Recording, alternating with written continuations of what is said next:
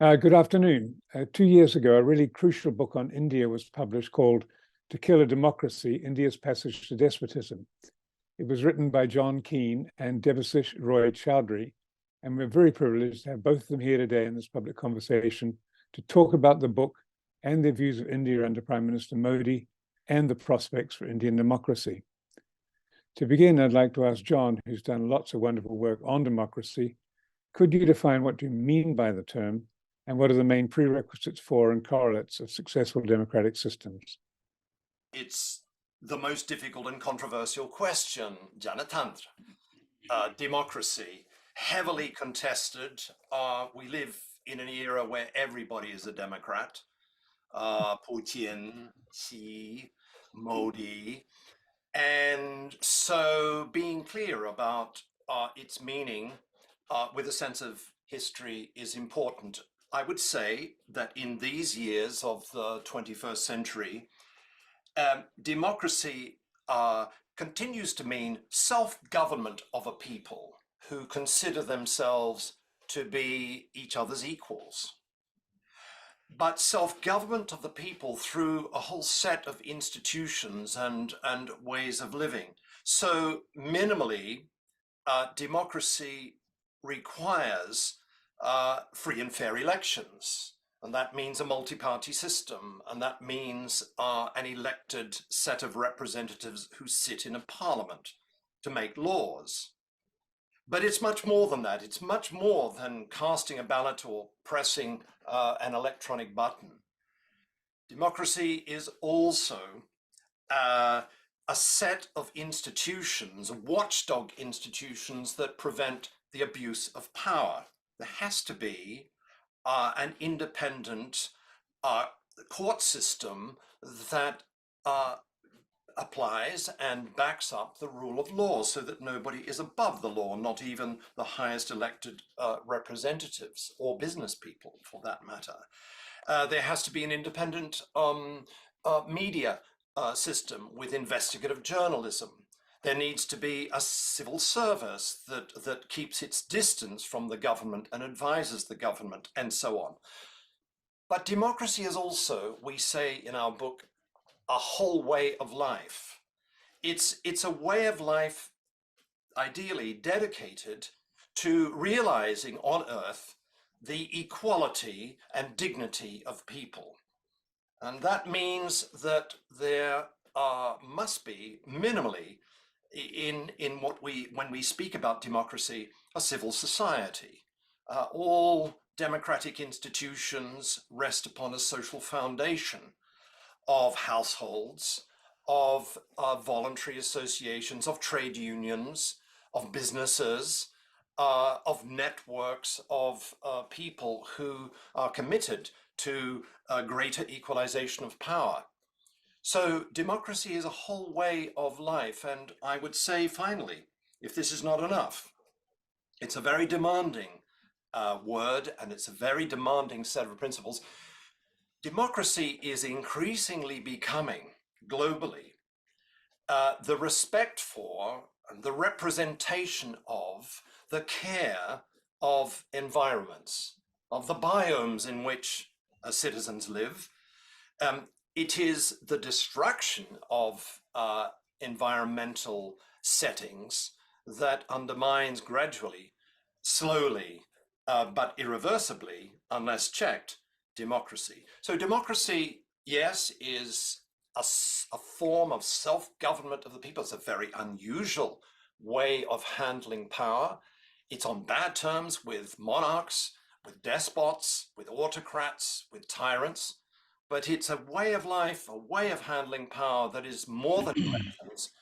It's watchdogs, it's a civil society, and it's respect for the biomes in which democracies are embedded. Oh, thank you, John. That's a great way of framing the whole conversation. Over to you, Olivia. Sure. So India was one of the first British colonies to achieve independence. Its founding constitutional document promised, and I quote, social, economic, and political justice for all its citizens, liberty of thought, expression, belief, faith, and worship, equality of status and of opportunity, and fraternity that would assure the dignity of the individual and the unity and integrity of the nation. So, what have been the major successes and failures in implementing these very, very lofty aspirations? Now, we know this is largely what your book is about, but maybe for our listeners, you could give a bit of a summary there. Okay, so there are many different components in your question, but first off, it's important to acknowledge that India did not end up like most colonial states. It did not become a Zimbabwe or a Pakistan. Like democracy is always a work in progress, and India's by no means, as you know very well, has ever been a perfect democracy. But it soldiered on with democracy, however imperfect.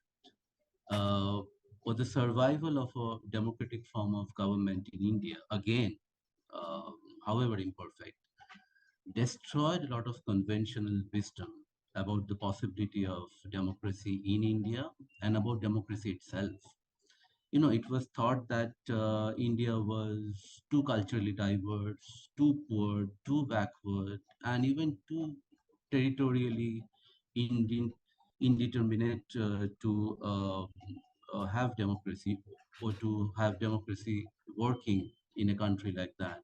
Even at independence, its territorial borders were not a given. As you know, several princely states refused to join the union even after independence. In fact, this is, we have mentioned this in the book. In fact, Churchill once said that India is an abstraction. It's a geographical term. It is no more a united nation than the equator. Uh, or the Indian democracy, again, with all its imperfections, survived despite all of this. So I would say one of the first things that you mentioned in your question is the unity and integrity of the nation. I would say that preserving the unity and integrity of the nation, you could consider it an achievement for 75 years. Now, as for the rest, we have had mixed results. Say, liberty of thought and freedom of expression, for example. There have been periods when they have been threatened, as it is now, and there have been periods when they have advanced. Social injustices abound, true, especially for marginalized sections, but there have been substantial advances too. Dalits, as you know, are the lowest caste untouchables in the society. If you ask me, are the Dalits are as marginalized today as they were at independence? I would say no, but they continue to be marginalized. Uh, so overall, I would say that when it comes to equality of status and opportunity, that's one of the other things that you mentioned was the promise of Indian democracy. If you come to that, if you're talking about equality of status and opportunity, I would say the progress has been rather unsatisfactory. The Indian state has not been able to create life equalizing opportunities the way we feel it is conducive for democracy. Thank you. May I add that in the book we refer to the India story. We point out, as Deb has just explained, that India was exceptional in the way that as a post-colonial society and polity, it actually avoided dictatorship. This was no small achievement. And part of the Orthodox India story, which we acknowledge, but which we say has reached it's now past its sell-by date. Part of the story is fed by these achievements. Deb has mentioned them. The first elections, the world's largest, in October 1951, it took 6 months, more than 170 million people voted in free and fair elections. It was a polity with a grand constitution, and that constitution is generating certain nostalgia in contemporary India. It's an extraordinary document co-written by Ambedkar and others. This was also a polity in which there were, through time, reforms, the Panchayat reforms, local government reforms, and I would say it's now in deep crisis. The really unusual thing about the Indian experiment with democracy was the way it transformed. Its leaders transformed the meaning of secularism, so that India came, in matters of nationhood, came to be understood officially as, this is an ideal, of course, as a polity in which there is a society of multiple faiths. Every major world religion is found there, and democracy is, in a way, a peace compact.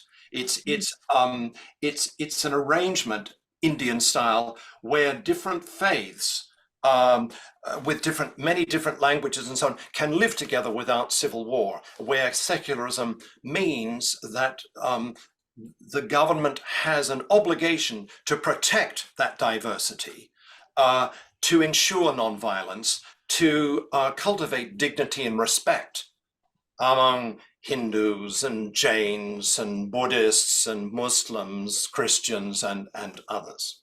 This was the vision of the Indian transition to democracy. It's very different than that in China. It's very different than most African polities after empire. And our book suggests that this story, these achievements are now deeply threatened by some deep-seated trends and some 21st century trends. That leads on to the next question. And John, I mean, in the book, you make the case that since independence, India has really failed to meet the basic needs of its population. You document all of that very well. I mean, this sounds like a sort of a silly question in the light of your definition, but why are education, health, equality, work, and dignity so crucial for a functioning democracy? And why, given the lofty aspirations of the Constitution, did Indian politicians fail to pay attention that was needed to education, health, and equality, and work and dignity? In To Kill a Democracy, we come at that question, as it were, from the back door and ask the question, what happens when a civil society, a plurality of non-violent association networks that are non-governmental, where people live their lives at arm's length from the state? What happens when a civil society becomes infected with malnutrition, with violence against women, when a third of your children go to bed hungry at night? What are the effects of the breakdown of the social foundations of a polity? And what we say is that it produces all kinds of pathologies when that happens. In this sense, India is a warning to the rest of the democratic world, where in the last 40 years, with a very few exceptions, democracy has come under increasing pressure by growing gaps of inequality and the sort of social fragmentation and the degradation of social life. What happens? Well, when the social foundations of a democracy, as in India, disintegrate, the high-flying principles of the Constitution begin to feel abstract to millions of people. And this increases the tendency of disrespect towards the judiciary. It enables politicians and leaders to try to capture the judiciary. A certain lawlessness spreads. It's obvious that when a civil society disintegrates, when the social foundations are not protected by welfare mechanisms, that the ethical principles of dignity, of equality, become a mere illusion. And this can, of course, produce a kind of resignation among millions of people, a certain powerlessness. Of course, when this happens, when social fragmentation and breakdown happens, people can strike back. There can be millions of mutinies against those processes. But the degeneration of a civil society, it's becoming an uncivil society, also is the breeding ground, we point out, in which demagogues appear. You know, redeemers who acknowledge that many millions of people's lives are damaged by malnutrition, by poor life opportunities, by fear, by violence, and promise them the earth. And that's the dynamic that we analyze. It's not just Modi who is the prime example of this. There's a history of this in India, and it happens at the regional level. But it's the soil in which demagoguery comes into season. And then when demagogues get their hands on government, the feedback loops that I'm describing between a degraded society and a degraded politics, what happens is that demagogues get their hands on institutions and begin to destroy the independence of the judiciary, politicize the bureaucracy, neutralize journalism, and so on. This is a dynamic that India is currently caught in the grip of. If I might add, or just to stress the point that John was making earlier about democracy, how it's about the self-government of people who see themselves as equals. If people do not have a dignified life, they do not see themselves as equals. And so dignity is key to fraternity, which you will find that word in almost every constitution in the world. And if you don't have a dignified life, you don't have fraternity. And if you don't have fraternity, if people don't care for one another, if they don't see each other as equals, you cannot have a self-government. So any democracy which does not ensure a dignified life for its people loses the right to be called a democracy. And creates all kinds of conditions that John was just explaining about demagogues. Yeah, and I was really struck by the statistic in the book that the Global Slavery Index estimates 8 million Indians are living in modern slavery, the highest in the world. More than 18 million, it says, have lived in modern slavery at some point in the last 5 years. I know that's not new. Bonded labor has been a feature of Indian society for a long time, but how does this impact the possibility even of being a democracy if you have that large a population living in modern slavery? Exactly. You just can't call yourself a democracy and claim to have equal vote and have slavery at the same time. It doesn't work. It's logically inconsistent. And that figure that you mentioned, 18 million, is merely the tip of the iceberg. The number of Indians in bonded and semi-bonded labor is much, much more than that, because 90% of the economy is informal, which allows capital to prey on human desperation. And this huge mass of desperate labor is created by weak social foundations and poor life equalizing opportunities that exist because of the absence of a meaningful welfare state.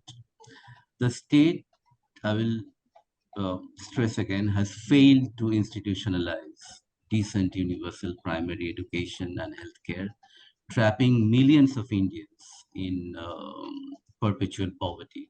You saw how migrant workers started to walk on India's highways when the COVID lockdown started. That was a telling glimpse of the precarity of labor, which basically verges on slavery. It's what we have called new slavery in our book. And we find these conditions, or we find it difficult to reconcile these conditions with democracy. It's perhaps worth adding, if I may, that in the history of democracy, slavery is a scandal. or at least it came to be seen so later. Of course, Athenian democracy and the early Greek democracies typically rested on slavery. There was a civil war, as we know, fought in mid-19th century America, a rising democracy that became a global empire. And that civil war was resolved in favor of the at least formal abolition of slavery. As Deb has just said, this book charts the return of slavery in 21st century forms. Slavery is enforced hysterectomies to increase productivity of women. It's these dreadful jobs of clearing out night soil. It's working without trade unions, long hours in tin shed factories.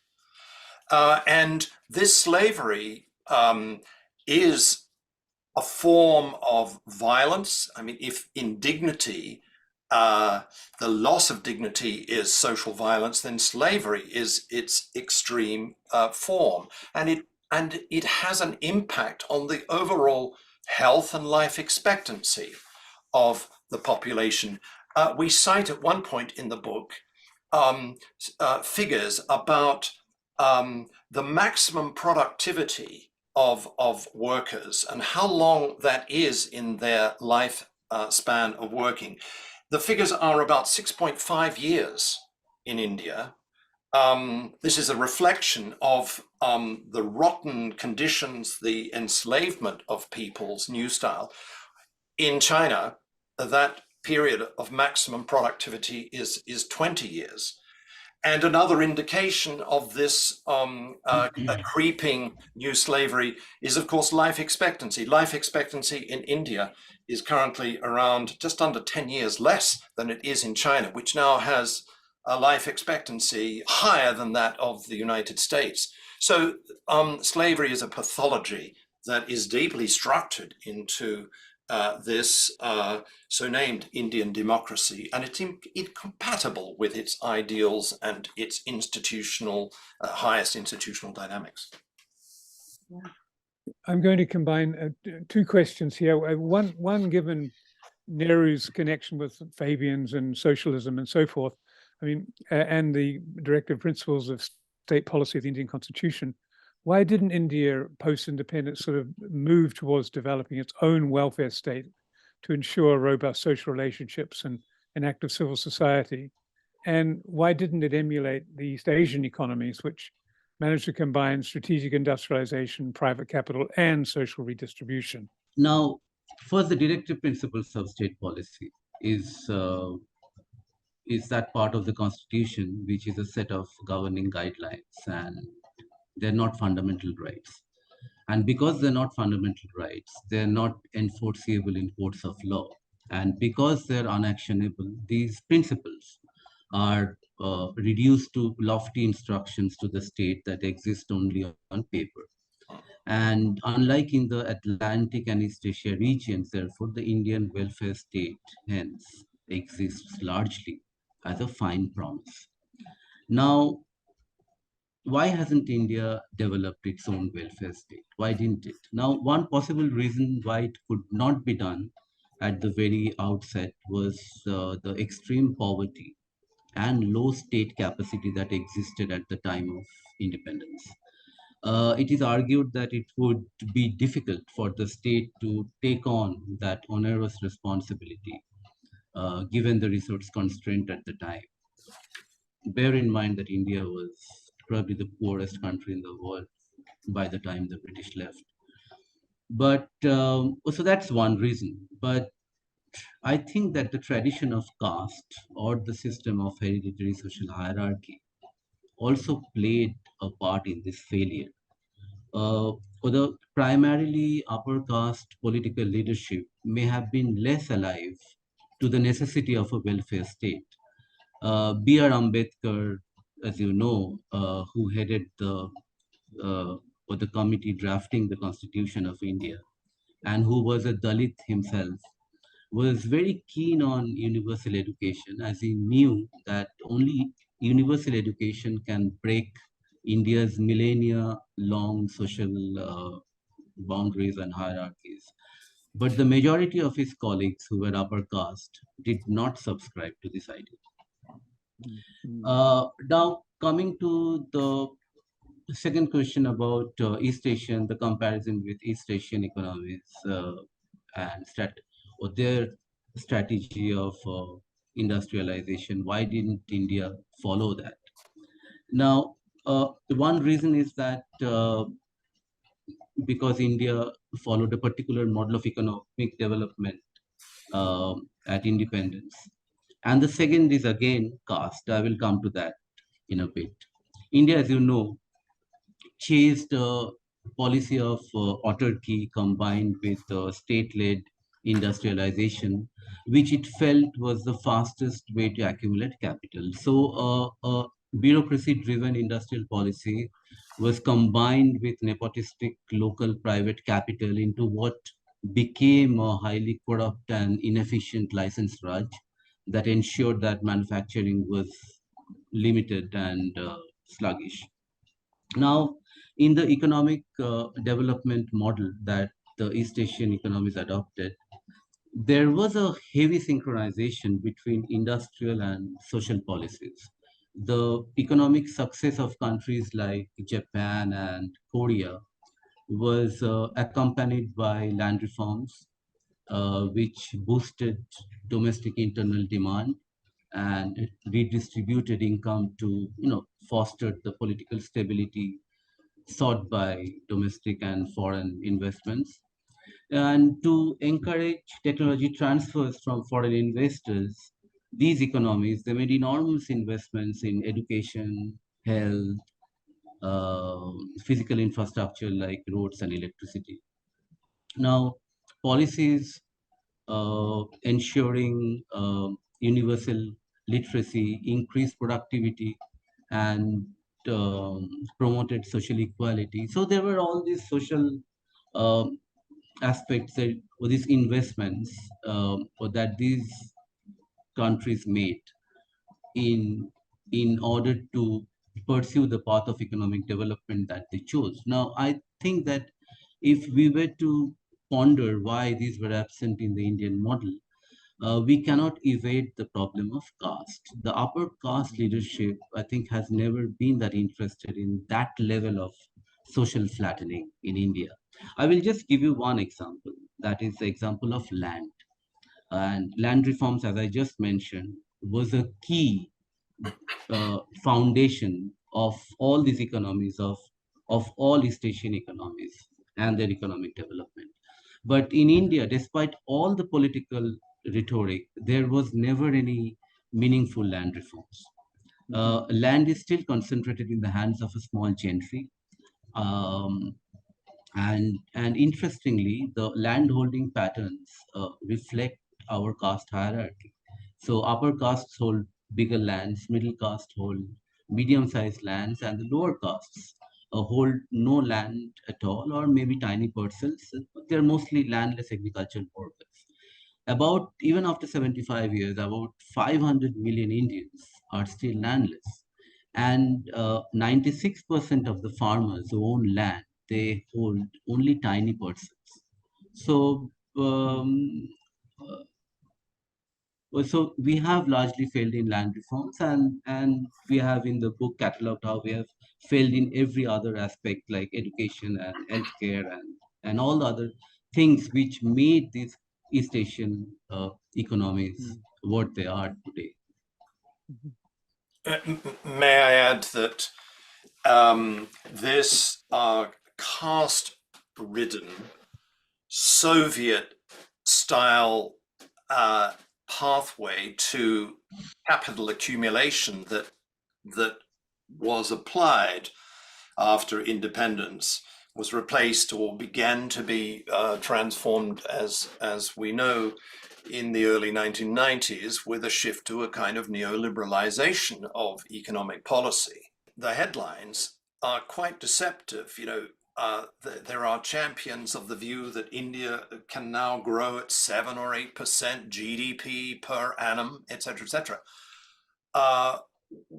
Behind the headlines, it's important to understand, we document it in our book, that each year, with the growth of wealth, 3/4 of that wealth goes to the top 1% of the population. And that top 1% owns 4 times more than the equivalent of 4 times more than 70% of the population, which is some 950 million people. So the roots of unequal life chances, the roots of concentrated wealth are deep, but they have been widened and deepened by the marketized reforms that have happened in the last 30 years. And they show no signs of being reversed, whatever is said by the Modi government about latrine scheme successes or cheaper or free cooking gas for the poor.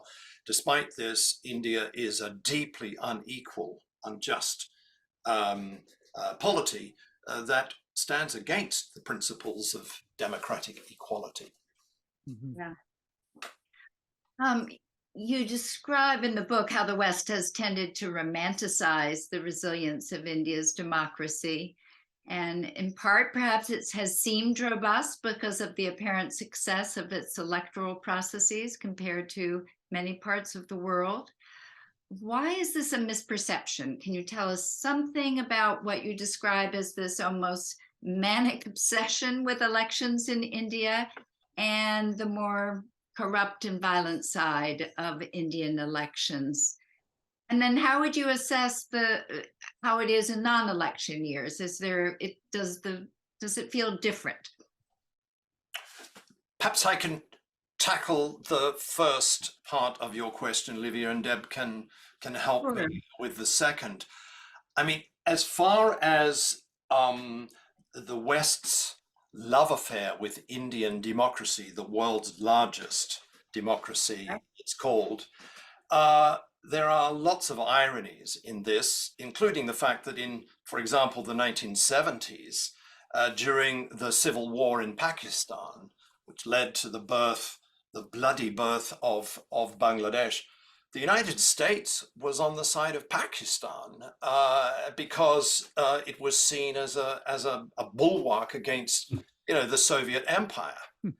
The change happens during the Clinton years when Bill Clinton comes to India and describes India flatteringly as the world's largest democracy. Obama repeated it in his pivot to Asia strategy, where this phrase comes to be a mantra in which the oldest democracy, the United States, is now the best partner and good friends with the world's largest democracy.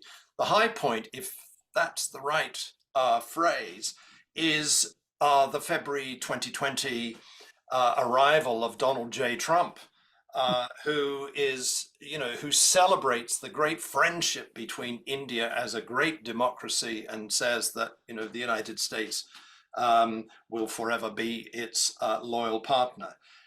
It is, I think that attempt to cultivate an alliance symbolically between actually existing Atlantic region democracies and India.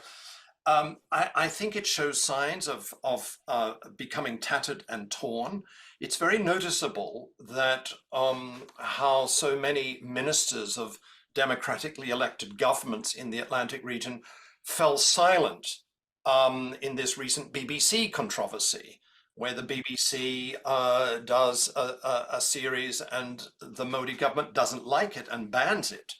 Foreign ministers, choose very often not to comment on that controversy.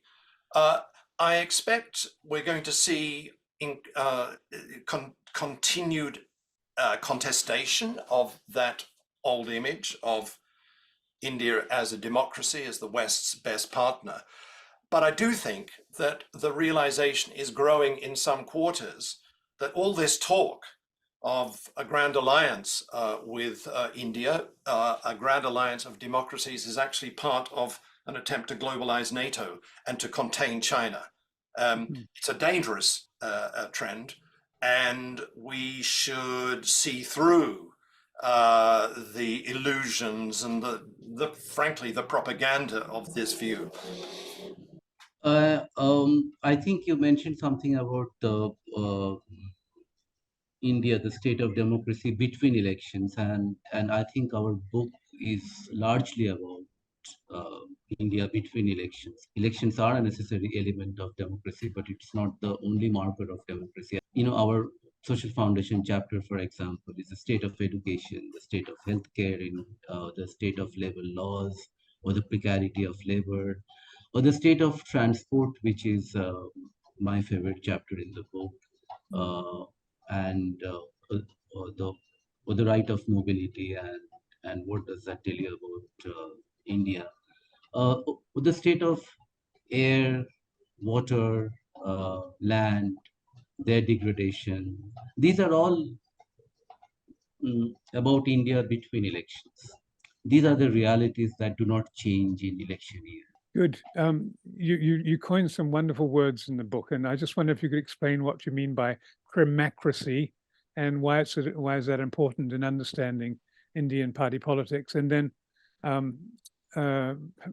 could you elaborate on Milan Vaishnav's assertion that criminality is a valuable asset in Indian politics, and why is that so, and how does that affect the Indian body politic? Yeah, I confess to the guilt of introducing this neologism. I don't even know how to pronounce it, but let's call it crimacracy, with a slight American accent, ironically. I mean, it's a word that comes from the Greek. Krema is money and kratos is to rule. I mean, it's a word to describe the way that Indian elections through time have come to be infected by dark money, and loads of it. More dark money than, for example, that has colonized American elections. So one of the dynamics that we speak about in the book is the way that elections that are considered to be so central to the operation of Indian democracy are dynamics in which party membership is shrinking, in which big money is attracted by party leaders into the election fray. And there are all kinds of pathological effects we document in this book. For instance, that there is a sort of dynastic principle at work in parties. In 2014, I think we say that around a quarter of the lower house, the Lok Sabha, are from political dynasts, from political families who have money. Electoral politics becomes the site of doing business deals. It's certainly the site of a lot of organized corruption. Money is handed out by parties. The BJP is doing this on a large scale to voters. There's a kind of welfare state function in elections. India has very weak rules, in contrast, say, to Canada. The Election Commission is mainly toothless in its ability to rein in this dynamic. And things have gotten out of hand, we say. Money from unknown sources, this is a commonly used phrase, is flooding in to elections. And more recently, under Modi, has been the introduction of a procedure which has made things even worse, called electoral bonds. Basically, the State Bank of India, you can buy bonds and you can put money anonymously into political parties. It's estimated around 95% of the money acquired through electoral bonds, 95% of it went to the BJP. The government is a very big advertiser on Facebook, for instance. So in a way, a government, an incumbent government can win elections by dispersing huge amounts of money. In short, we have a dynamic which is really a scandalous, the scandalous opposite of a free and fair election. Elections in India at all levels have come to be colonized by money, by dark money, and that, when you think about it, is in effect a case of money speaking. In effect, it's a privatization of what should be a public dynamic. Think of democracy as the public ownership of the means of decision making. Well, when private money comes into it, that dynamic is ruined. So you describe India as moving towards what you call elective despotism. Could you say a bit about what you mean by that term and how you distinguish it from an electoral autocracy, which seems to be the term being used more widely as we see this slide across the globe? Decline of democracies. Okay. India today is effectively what Jefferson called an elective despotism, and that's a condition where there's virtually no check on executive power. And you can see that in India, there is no internal democracy within the parties. India holds the biggest elections in the world, but no political party in India actually conducts free internal elections. Uh, Legislators are bought and sold like cattle. Bills are hardly ever debated in the House. All of this means that a ruling party with rock solid numbers, like Modi's party at the federal level and some parties at the state level, they can railroad any law they want with no need for debate or consensus. There are other pathologies here. Uh, Governing and oversight institutions such as like the higher level bureaucracy, the investigative agencies, the election commission, or the human rights commission can hardly be called autonomous anymore. The mainstream media, very important check on executive power, has for most part been domesticated. Self-censorship is rife, and most national television channels behave like state media. But the Chinese channels are look way more dignified compared to Indian television channels, frankly.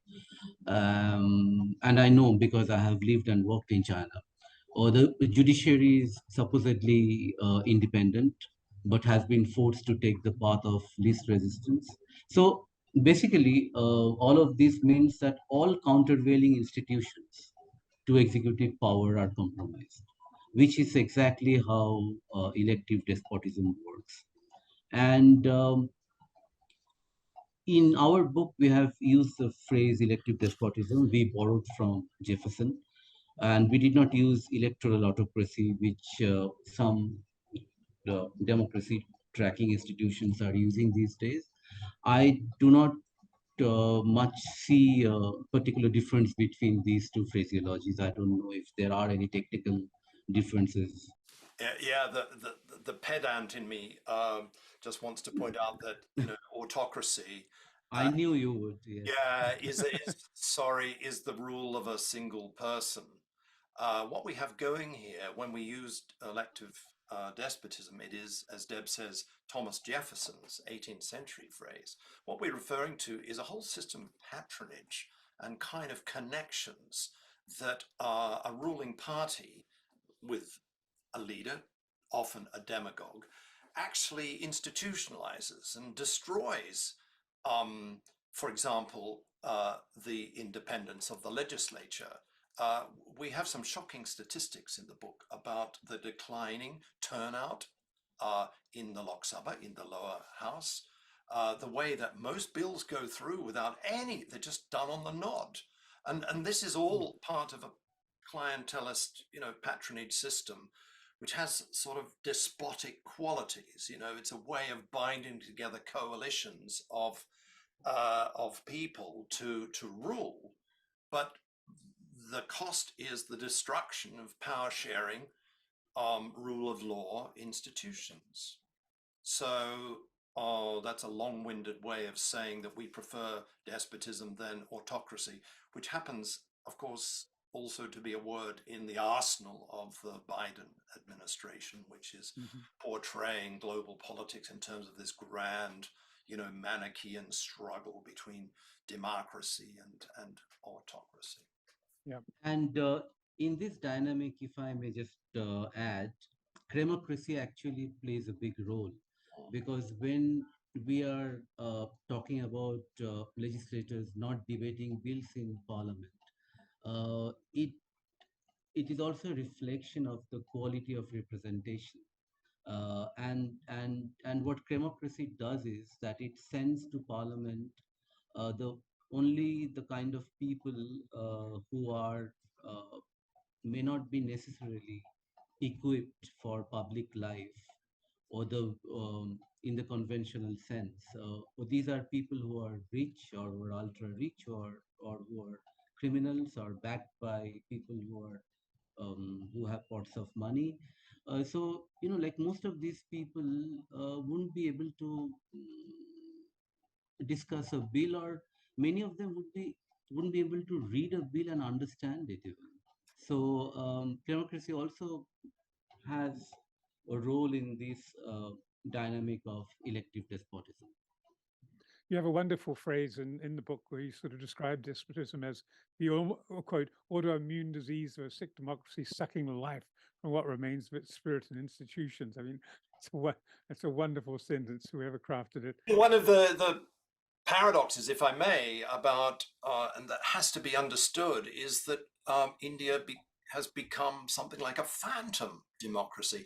I mean, everything is done electorally and in governing terms in the name of democracy. It's a process in which, in the name of the people, in the name of democracy, there is the degradation and hollowing out of practically all of the institutions. This is a really dangerous trend, and it confirms the old 19th century classic warning of Alexis de Tocqueville, the Frenchman who came to the United States, who warned that the greatest enemy, the greatest threat to modern representative democracy would be despotism. You know, that that governments would come along and in the name of the people, in the name of democracy, would empty it of its content. And we present in this book a very detailed, reasoned, with statistics and personal stories.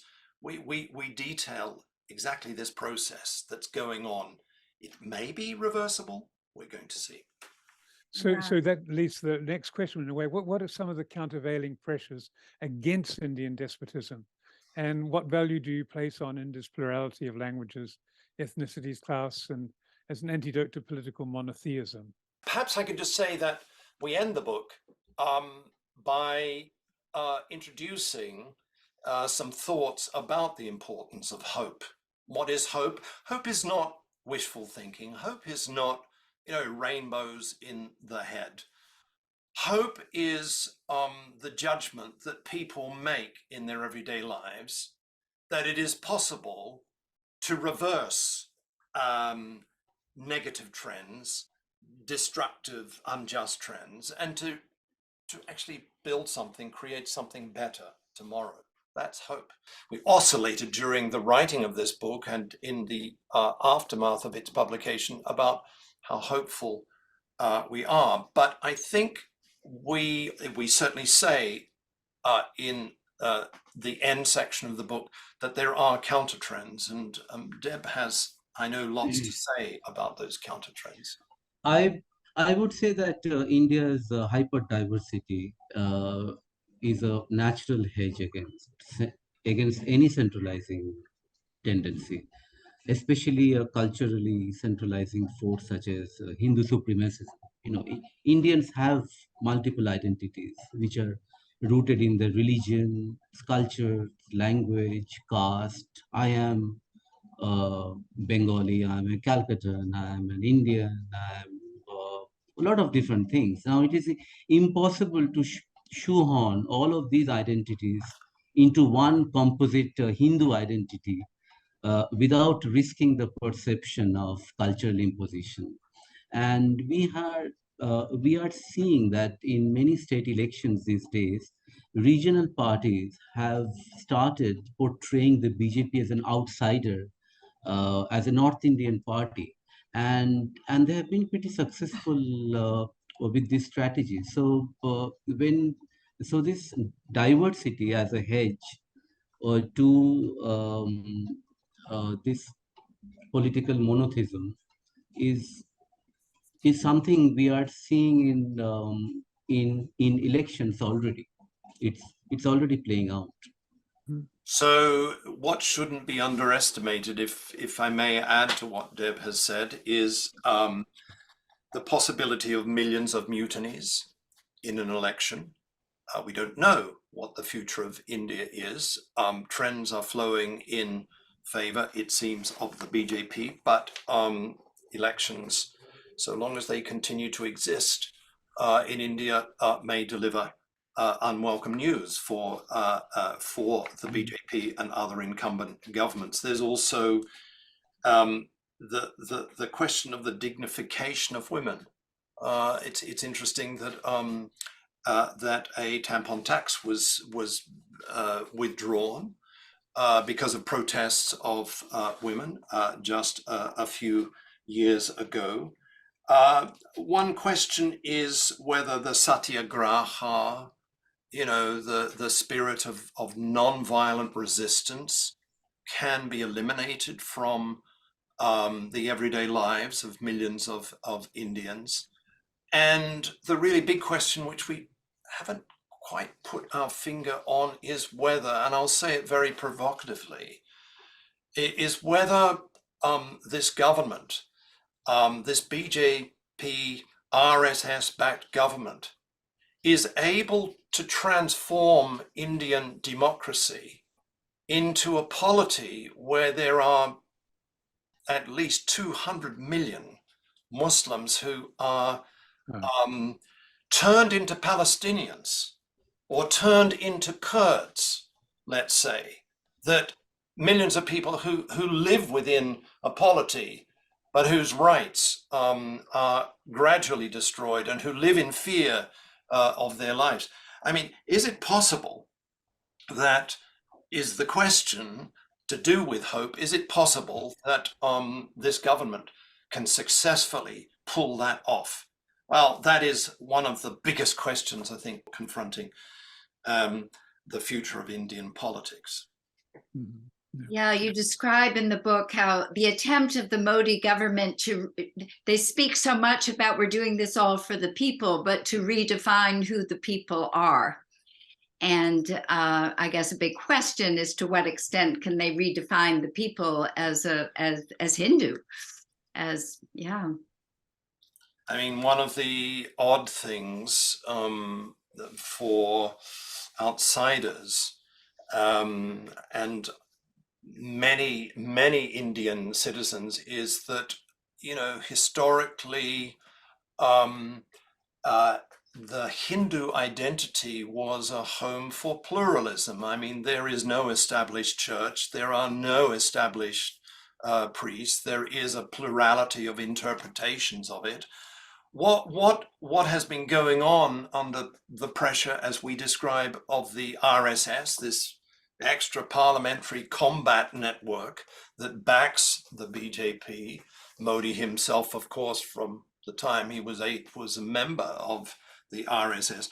What they are trying to do is to transform that understanding of being a Hindu into Hindutva, and this resembles, what Zionists do to the whole notion of being Jewish.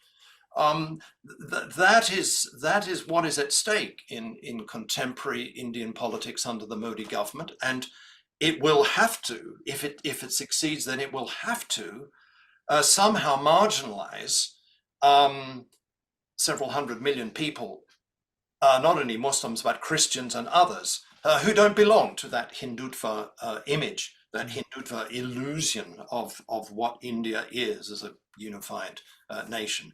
This requires the destruction of democracy. Yeah. And we're nearing the end here, but how's India's slide towards despotism similar or different from current trends in other parts of the world? And what are some of the major lessons we learn from India as a case study if we're interested in protecting and promoting democracy in that sort of full sense of the word in other parts of the world as well? Well, I think running through the book is a warning that India, we claim, is the world's largest failing democracy. So it's not just an Indian problem that this book documents, it probes the pathologies we've been talking about as a kind of precautionary exercise, as a warning about what is happening to other polities and can happen to any actually existing democracy. Mm-hmm. The whole idea that elections can give way to elective despotism and governments led by a demagogue that can destroy the power sharing mechanisms, the watchdog mechanism of democracy, that whole idea is, of course, not just an Indian problem. If you think that we're just talking hot air at this point, take a look at our little Hungary, or take a look at Serbia.